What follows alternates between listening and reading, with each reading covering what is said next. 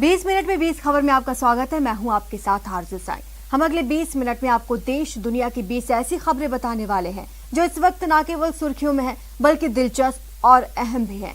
तो शुरू करते हैं 20 मिनट में 20 खबरों का सिलसिला। सबसे पहले देखेंगे राजस्थान की कौन कौन सी खबर इस वक्त अहम है। हमारे यहाँ परंपरा तो पहले आपकी रही है, लेकिन सियासत में परंपरा की परवाह कौन करता है। तो परंपरा टूटी और पहले आप की जगह पहले हम होने लगा। फिर तो हंगामा होना ही था। तस्वीरें अजमेर के पुष्कर की हैं, जहां यूथ कांग्रेस के अध्यक्ष श्रीनिवास बीवी के स्वागत की होड़ मच गई। देखते ही देखते दो गुट आपस में भिड़ गए। वो एक दूसरे को वहां से हटाने की कोशिश करने लगे, जिस पर हंगामा बढ़ता चला गया। हद तो तब हो गई जब यूथ कांग्रेस के अध्यक्ष की गाड़ी वहां पहुंच गई, लेकिन मारपीट कर रहे कार्यकर्ताओं के हाथ नहीं रुके। उन्हें ऐसा करते देख पार्टी के कुछ लोगों ने बीच बचाव की बहुत कोशिश की, जिसका कोई असर नहीं हुआ। बाद में कुछ लोगों और ट्रैफिक पुलिस के जवानों के काफी समझाने के बाद मारपीट कर रहे कार्यकर्ताओं ने सड़क खाली की। वहीं श्रीनिवास बीवी इस हंगामे पर पूछे गए सवाल को टाल गए।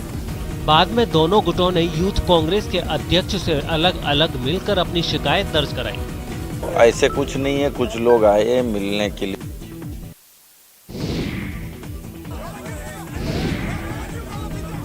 ये हंगामा बता रहा है कि मरूदरा के लोगों पर चुनावी बुखार चढ़ चुका है। तस्वीरें सीएम गहलोत के गृहनगर जोधपुर की हैं, जहां जिला परिषद और पंचायत चुनावों के लिए नामांकन शुरू हो चुके हैं। जाहिर है सियासी तापमान चढ़ा हुआ है और टिकट के लिए घमासान मचा हुआ है। इस सियासी घमासान की चपेट में आ गए पूर्व सांसद बद्रीलाल जाखड़।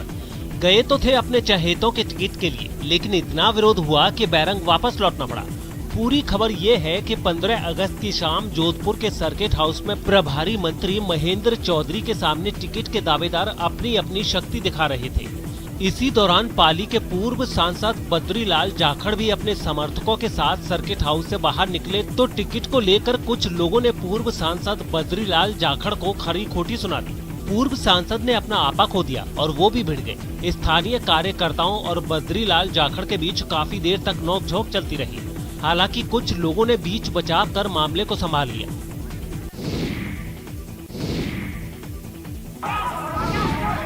जिन हाथों में शास्त्र होने चाहिए, उन हाथों में डंडा है।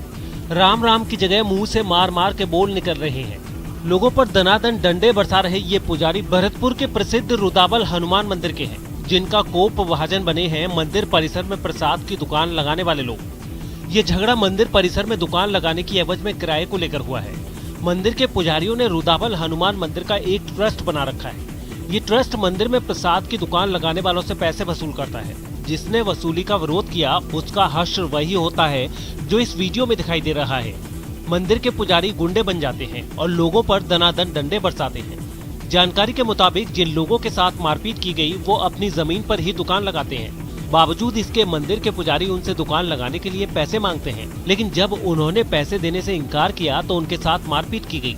मंदिर में आए श्रद्धालुओं में किसी ने इस मारपीट को मोबाइल के कैमरे में कैद कर लिया और वीडियो वायरल कर दिया। पूरे देश में कोरोना की तीसरी लहर से बचाव की तैयारियां जोर शोर से चल रही हैं, लेकिन बीकानेर में हालत ये है कि संभाग के सबसे बड़े अस्पताल में ही गाइडलाइंस का सरेआम उल्लंघन हो रहा है। कलेक्टर साहब तो तीसरी लहर की आशंका को लेकर लगातार अलर्ट भी कर रहे हैं, लेकिन पीबीएम अस्पताल की इन तस्वीरों को देखकर ये बिल्कुल भी नहीं लगता कि उनके निर्देशों का कोई असर दिख रहा है। अस्पताल में हर रोज ऐसे ही भारी भीड़ रहती है। मरीजों के साथ साथ अस्पताल के कर्मचारी भी कोरोना के प्रति पूरी तरह से लापरवाह हैं। आप देख सकते हैं कि ना यहाँ सोशल डिस्टेंसिंग है और न ही किसी के चेहरे पर मास्क। स्टाफ के साथ डॉक्टर भी ऐसी ही भूल करते हुए नजर आ रहे हैं। कई डॉक्टर तो मास्क लगाकर रख रहे हैं, लेकिन कई डॉक्टर बिना मास्क के ही मरीजों को देख रहे हैं। अस्पताल के अधीक्षक इस लापरवाही पर कार्रवाई की बात जरूर करते हैं, लेकिन सवाल ये है कि आखिर कार्रवाई कब होगी। बात सुनिश्चित करें कि जो कोविड अप्रूव्ड बिहेवियर की पालना नहीं करता है, उसके खिलाफ फिर अनुशासनात्मक कार्रवाई की जाएगी। एक पहले हम सभी को चेतावनी दे देते हैं, उसके बाद इस तरह की प्रक्रिया को अपनाएंगे।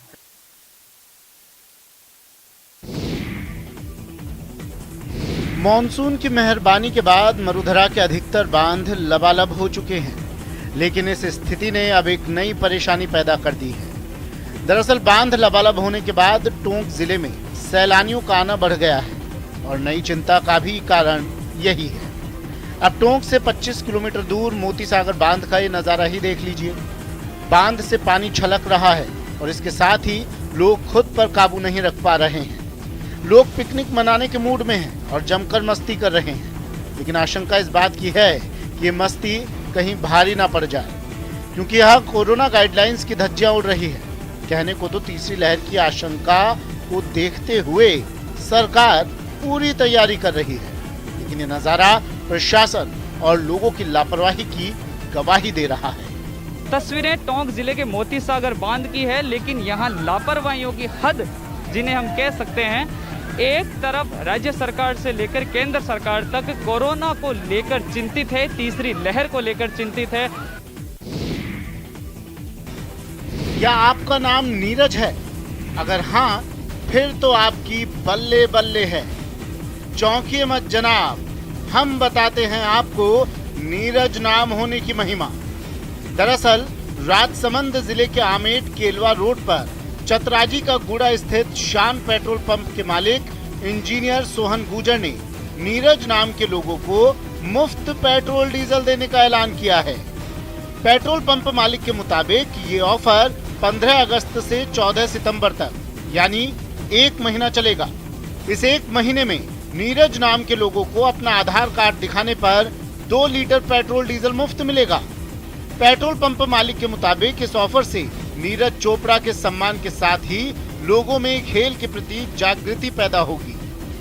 आपको बता दें कि टोक्यो ओलंपिक में जेवलिन थ्रो में नीरज चोपड़ा ने गोल्ड मेडल जीतकर नया इतिहास रचा है।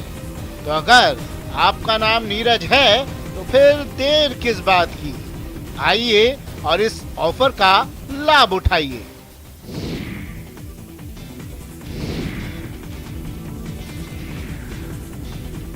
जैसलमेर का चांदन फील्ड फायरिंग रेंज सेना के शौर्य का गवाह बना, जब आजादी के अमृत महोत्सव पर आयोजित समारोह में गगनवीरों ने त्रिस्तरीय स्काई डाइव का आयोजन किया। एयर कमोडोर के काले के नेतृत्व में स्काई डाइविंग टीम ने 4 Mi-17 श्रेणी के हेलीकॉप्टर्स के जरिए 10,000 फीट से एक सफल छलांग लगाई। टीम ने पेशेवराना अंदाज में धैर्य और दृढ़ संकल्प का प्रदर्शन किया। वायुवीरों के करतब देख पूरा फील्ड रेंज रोमांच से भर उठा और वाहवाही में तालियां गड़गड़ा उठी। जिले के कई स्कूल के छात्रों और गणमान्य लोगों ने गगनवीरों के इस रोमांचकारी प्रदर्शन का भरपूर लुत्फ उठाया। इस महत्वपूर्ण अवसर पर थल सेना, नौसेना, वायुसेना के अधिकारी और राजस्थान राज्य प्रशासन के अधिकारी भी मौजूद रहे। ये खास दिन पर भारतीय वायुसेना ने बाकी सेनाओं के साथ मिलकर इस अद्भुत पैराड्रॉप का, टाइटैनिक के साथ पैराड्रॉप का आयोजन किया है। सावन का महीना यानी आस्था और भक्ति का महीना। शिव भक्तों के लिए ये महीना तो और विशेष होता है। मान्यता है कि इस महीने में भगवान भोलेनाथ की पूजा से भक्तों की सभी मनोकामनाएं पूरी होती हैं। राजसमंद जिले के आमेट के विवर महादेव के मंदिर में सावन के महीने में श्रद्धालुओं का तांता लगा रहता है। आमेट नगर से करीब 1 किलोमीटर दूर बेवर महादेव मंदिर में सिर्फ आसपास के ही नहीं, दूर दराज से भी भक्त अपनी मनोकामनाएं लेकर पहुंचते हैं। पहले तो पहाड़ से होकर मंदिर तक जाना पड़ता था, लेकिन अब सड़क बनने से श्रद्धालुओं को काफी सुविधा भी हो गई है। यहाँ महिलाएं छोटे छोटे शिवलिंग बनाकर मंदिर में और पास में नदी में अर्पित करती हैं और मनोकामना पूरी होने की कामना भी करती हैं। चंद्रभागा नदी के पास होने के कारण ये मंदिर धार्मिक आस्था के साथ ही पर्यटन का भी केंद्र बन गया है। चलिए अब देख लेते हैं कुछ अन्य राज्यों की अहम खबरें। अफगानिस्तान में एक बार फिर तालिबान राज लौटाया। इसके साथ ही राजधानी काबुल से लोगों का पलायन तेज हो गया है। डर के इस माहौल के बीच काबुल में फंसे भारतीयों को एयर इंडिया सुरक्षित वतन वापस ले आई है। एयर इंडिया की एक फ्लाइट 15 अगस्त की शाम को काबुल से भारतीयों को लेकर दिल्ली पहुंची। फ्लाइट रडार के मुताबिक एयरबस A320 फ्लाइट ने 12:43 पर दिल्ली से उड़ान भरी और 2 घंटे बाद 2:45 पर काबुल में लैंड किया। हालांकि फ्लाइट को काबुल में उतरने के लिए क्लियरेंस मिलने में समय लगा, जिसके चलते फ्लाइट को कुछ समय तक आसमान में चक्कर काटने पड़े। एयर इंडिया के अधिकारी ने बताया कि इस फ्लाइट को अफगानिस्तान में एयर बबल के अंदर ऑपरेट किया गया। अफगानिस्तान के पूर्व राष्ट्रपति अशरफ गनी के वरिष्ठ सलाहकार रिजवान उल्लाह अहमद जई भी दिल्ली पहुंचे हैं। उन्होंने कहा कि अफगानिस्तान के ज्यादातर हिस्सों में शांति है। ज्यादातर सियासतदान और मंत्री काबुल छोड़ चुके हैं। मुझे लगता है कि ये नए तालिबान हैं जो महिलाओं को भी काम करने की मंजूरी देंगे। टोक्यो ओलंपिक में शानदार और जानदार प्रदर्शन कर भारत का नाम ऊंचा करने वाले खिलाड़ियों के लिए सोमवार का दिन बेहद ही खास बन गया, जब देश के प्रधानमंत्री नरेंद्र मोदी ने अपना वादा निभाते हुए अपने आवास पर खिलाड़ियों से मुलाकात की। पीएम ने एथलीटों को उनके शानदार प्रदर्शन के लिए बधाइयां दी और सम्मानित किया। पीएम मोदी ने खिलाड़ियों का सम्मान करने से पहले सभी के साथ ब्रेकफास्ट भी किया। साथ ही उन्होंने ब्रॉन्ज मेडल जीतने वाली पीवी सिंधु के साथ अपने आइसक्रीम खाने के वादे को भी निभाया। टोक्यो ओलंपिक में इस बार भारत की ओर से 228 सदस्यों का दल भेजा गया था। इसमें 119 खिलाड़ियों सहित 67 पुरुष और 52 महिला प्रतिभागी शामिल थे। ओलंपिक में भेजा गया ये भारत का अभी तक का सबसे बड़ा दल भी था। भारत इस बार एक गोल्ड सहित कुल 7 पदक जीतने में सफल रहा। भारत ने 1 गोल्ड, 2 सिल्वर और 4 ब्रॉन्ज मेडल जीतकर अपने नाम की। देश को एकमात्र गोल्ड एथलेटिक्स में नीरज चोपड़ा ने जिताया। पश्चिम बंगाल के न्यू जलपाईगुड़ी रेलवे स्टेशन के बाहर अफरा तफरी है। पुलिस वालों की भीड़ है और वो किसी खास काम में जुटे हुए हैं। तार से कोई चीज जोड़ी और फिर हुआ धमाका। दरअसल ये पुलिस का बम निरोधक दस्ता था जो बम को डिफ्यूज करने में जुटा था। दरअसल 15 अगस्त को जलपाईगुड़ी स्टेशन पर उस समय हड़कंप मच गया जब स्टेशन के एंट्री गेट पर एक बम मिला। बम मिलने की खबर मिलते ही पुलिस टीम सक्रिय हो गई। तुरंत बम निरोधी दस्ता बुलाया गया और स्टेशन के पास ही खुले मैदान में बम को डिफ्यूज कर दिया गया। इस घटना के बाद रेलवे पुलिस के सहायक सुरक्षा आयुक्त एजी फारूकी ने भरोसा दिया कि इलाके की सुरक्षा बढ़ा दी गई है। उन्होंने कहा कि ये घटना दहशत फैलाने की साजिश हो सकती है। सिक्योरिटी प्रॉपर्ली टाइट किया गया है। एनजेपी स्टेशन का सिक्योरिटी 100% सिक्योर्ड है। इसीलिए अगर किसी ने कुछ भी अगर मतलब प्लान किया भी था, वो सिक्योरिटी इतना अरेंजमेंट था, इसलिए वो लोग इनसाइड जाने के लिए हिम्मत नहीं हुआ। अल्टीमेटली वो लोग पैनिक करने के लिए भी हो, जो भी करने के लिए भी, ये ओनली फॉर पैनिक क्रिएट। मामूली बात पर विवाद इतना बढ़ गया कि लोग एक दूसरे के खून के प्यासे हो गए। दिल दहला देने वाली ये तस्वीरें उत्तर प्रदेश के फिरोजाबाद से आई हैं, जहां मामूली विवाद देखते ही देखते खूनी संघर्ष में तब्दील हो गया। लोगों ने पहले तो डंडों से एक दूसरे पर हमला कर दिया, फिर जमकर पत्थर बरसाए।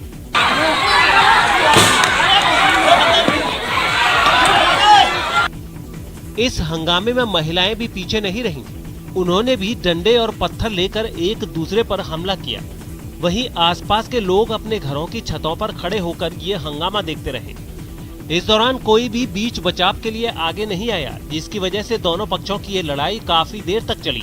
इस मारपीट में कई महिलाओं सहित करीब 12 लोग घायल हो गए। इस बीच वहां खड़े किसी शख्स ने मारपीट का पूरा वाकया अपने मोबाइल के कैमरे में कैद कर लिया और वायरल कर दिया। बताया जाता है कि बाद में दोनों पक्ष पुलिस के पास पहुंचे और एक दूसरे के खिलाफ शिकायत दर्ज कराई।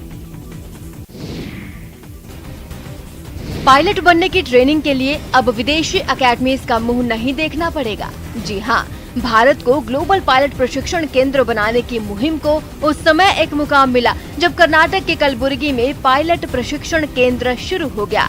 नागरिक उड्डयन मंत्रालय के सचिव प्रदीप सिंह खरोला ने एक भव्य समारोह के दौरान कलबुर्गी हवाई अड्डे पर बने इस प्रशिक्षण केंद्र का उद्घाटन किया। इस खास मौके पर प्रदीप सिंह खरोला ने प्रशिक्षण के लिए लाए गए विमान में उड़ान भी भरी, साथ ही पर्यावरण के संरक्षण का संदेश देते हुए पौधारोपण किया। प्रदीप सिंह खरोला ने बताया कि आत्मनिर्भर भारत की दिशा में ये एक बड़ा कदम है। उन्होंने कहा, पूरे देश के 5 हवाई अड्डों पर ऐसे ही 8 पायलट ट्रेनिंग अकेडमीज की स्थापना की जाएगी, जिसमें कलबुर्गी के अलावा कर्नाटक के ही बेलगावी, महाराष्ट्र के जलगांव, मध्य प्रदेश के खुजराहो और असम के लीलवाड़ी हवाई अड्डे का चुनाव किया गया है। इन 8 अकेडमीज को स्थापित करने का उद्देश्य भारत को एक बड़ा ग्लोबल उड़ान प्रशिक्षण केंद्र बनाना और भारतीय छात्रों के विदेशी अकेडमीज में जाने पर एक तरह से रोक लगाना है। ये तब की बोराई मलय नदी थी और ये आज की शांत मलय नदी है। अभी ज्यादा दिन नहीं हुए जब मलय नदी में ऐसा तेज झोंका आया था कि इस पुल का नामो निशान नहीं दिख रहा था। नदी की धारा इतनी तूफानी हो गई थी कि पुल से गुजर रहा राहगीर तेज झोंके में बहने लगा। उसकी जान बचाने के लिए उफनती धारा में कूदे पलामू के ये जांबाज भी बहने लग गए। तभी पुल पर खड़े ग्रामीणों ने जोर लगाया और मुसीबत में फंसी जिंदगियां बच गईं। लेकिन इसी पुल पर हुए दूसरे हादसे में कई राहगीरों की जान चली गई। वो दृश्य याद करके पलामू के ग्रामीण आज भी कांप उठते हैं। मिला सुंदरिया में एक आदमी का पता नहीं चला। अभी भी जब यहाँ पानी बहाव तेज हो जाता है, रास्ता पता नहीं चलता होगा। पुल भी जर्जर स्थिति में है, कभी भी टूट सकता है। साल के बाकी महीनों में शांत रहने वाली मलय नदी बारिश में अचानक ऐसी बौरा जाती है कि पलामू और लातेहार के ग्रामीणों की जान सांसत में पड़ जाती है। कभी तेज धारा में तिनके की तरह मुसाफिर बहने लगते हैं, तो कभी मलय नदी का तूफानी झोंका भारी भरकम ट्रैक्टर को भी बहा ले जाती है।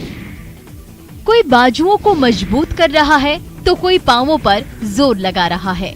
धोखराहा पंचायत के हरे भरे ग्राउंड में खुला ओपन जिम इन ग्रामीणों के लिए सेहत और स्वास्थ्य की सौगात लेकर आया है, जहां हर सुबह और शाम बच्चों से लेकर युवा और बुजुर्गों की भारी भीड़ जुटती है। कोई ट्रेडमिल पर दौड़ लगाता दिखता है तो कोई हाथों और पाँव को मजबूत करता नजर आता है।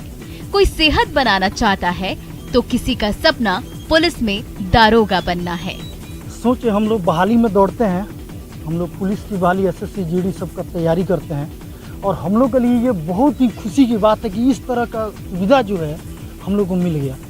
जब से टोक्यो ओलंपिक में देश के जाबाज खिलाड़ियों ने अपनी प्रतिभा का लोहा मनवाया, तब से चंपारण के इन युवाओं में भी देश के लिए कुछ कर गुजरने का सपना जगा और वो चल पड़े ओपन जिम की ओर, जहां वो खूब पसीना बहा रहे हैं। जो उन्हें फिट तो बना ही रहा है, उनके इरादों को भी मजबूत बना रहा है। जहां पहले बंजर जमीन थी, वहां अब हरियाली ही हरियाली है। जिस जमीन को बेकार समझकर छोड़ दिया गया, वो जमीन अब आय का बड़ा जरिया बन गई है। बिहार के जमुई जिले के गिद्धौर में फैली ये हरियाली प्रवीण सिंह की मेहनत और लगन की कहानी कह रही है। सेना की कैंटीन में कपड़े सप्लाई का कारोबार करने वाले प्रवीण सिंह के मन में कुछ कर गुजरने का जज्बा था।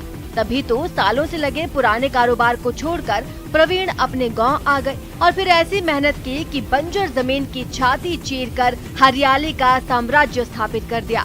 अब ये जमीन अमरूद के बाग के रूप में तब्दील हो चुकी है और यहाँ पैदा हो रहे इलाहाबादी अमरूद पूरे इलाके की पसंद बन गए हैं।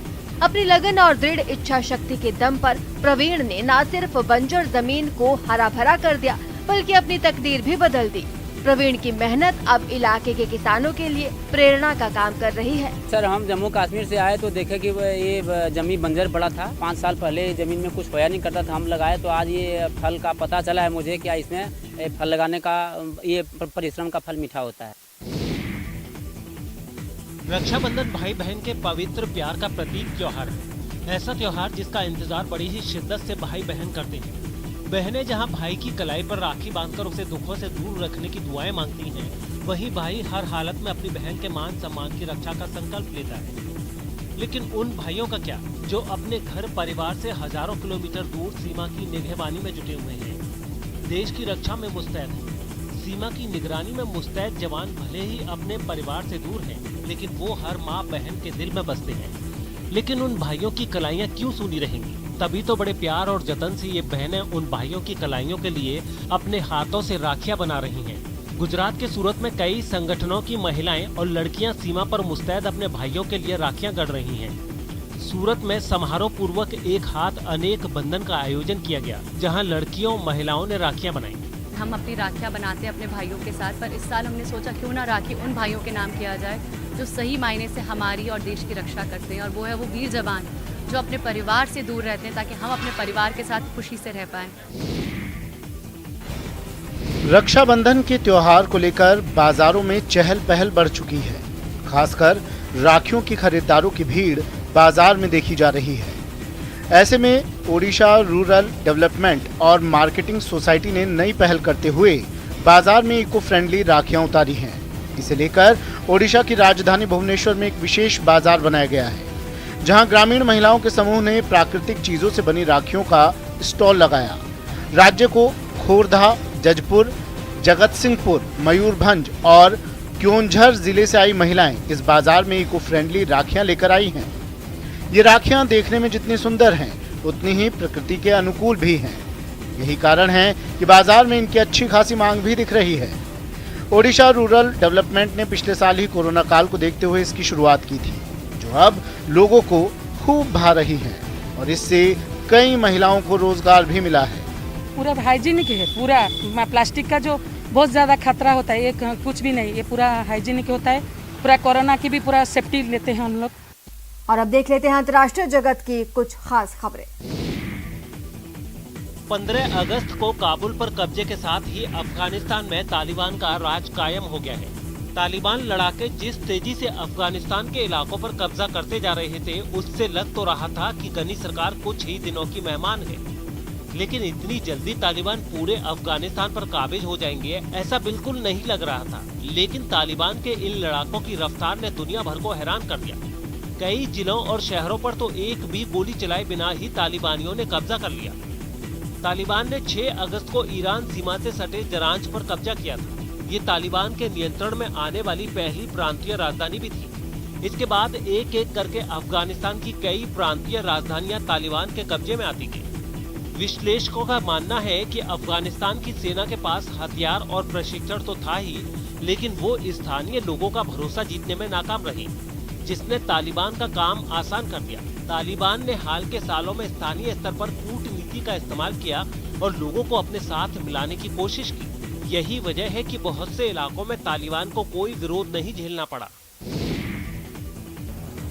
पश्चिम एशिया के देश लेबनान की राजधानी बेरूत में एक तेल टैंकर में हुए धमाके की घटना के बाद गुस्साए लोगों ने उस टैंकर के मालिक के घर में आग लगा दी।